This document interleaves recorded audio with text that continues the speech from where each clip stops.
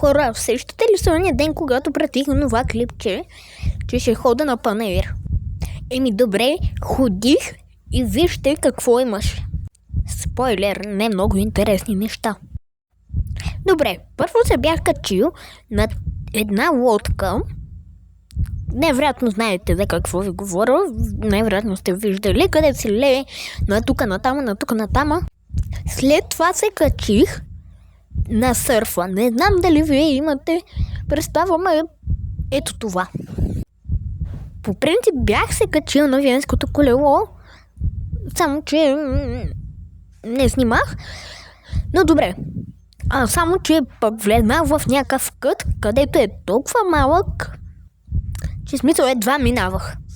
Ама не знам защо исках да влезна.